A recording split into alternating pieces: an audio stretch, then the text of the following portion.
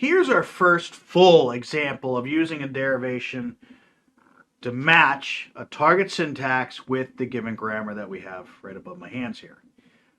This is doing, and this is really important, we're going to be given really three things on this. Number one, the grammar.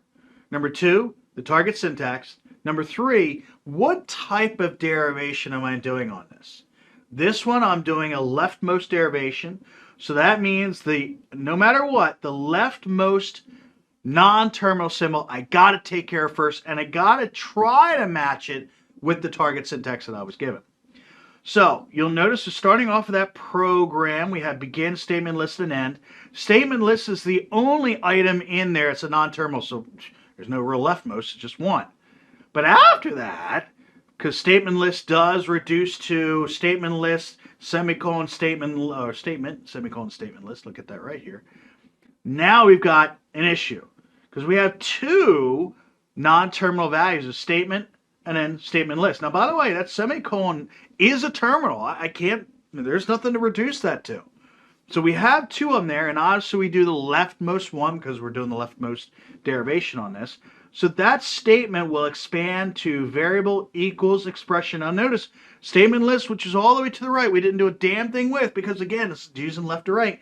Even now, I have more non-terminal values in this third sentence. We have var, expression, and statement list. I still only worry about the leftmost one. So that's why you're only going to see var now changed to A. And that matches, again, what we want in our target structure here and sentence. But now we finally got rid of A. Equal sign is also a terminal symbol. Now we have expression that we need to take care of. We'll take care of that and turn that into var plus var, or var var, or whatever, and then comma or semicolon statement list.